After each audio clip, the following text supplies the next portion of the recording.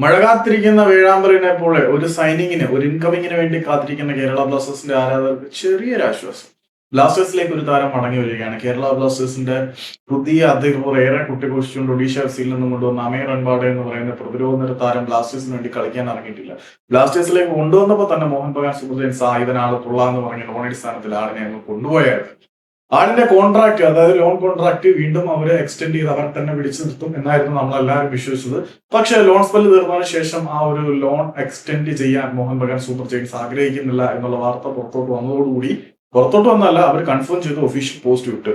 So അമീർ അൻപാടെ തിരികെ ബ്ലാസ്റ്റേഴ്സിലേക്ക് വരികയാണ്. അങ്ങനെ ബ്ലാസ്റ്റേഴ്സിൽ നിന്നും ലോൺ അടിസ്ഥാനത്തിൽ മോഹൻ ബഗാൻ സൂപ്പർ ജയൻസിലേക്ക് പോയ അമീർ അൻപാടെ തിരികെ ബ്ലാസ്റ്റേഴ്സിലേക്ക് വരുന്നുണ്ട് എന്നുള്ളത് വേണമെങ്കിൽ ആശ്വസിക്കാൻ പറ്റുന്ന ഒരു വാർത്തയായിട്ട് നിങ്ങൾ എടുത്തോളൂ.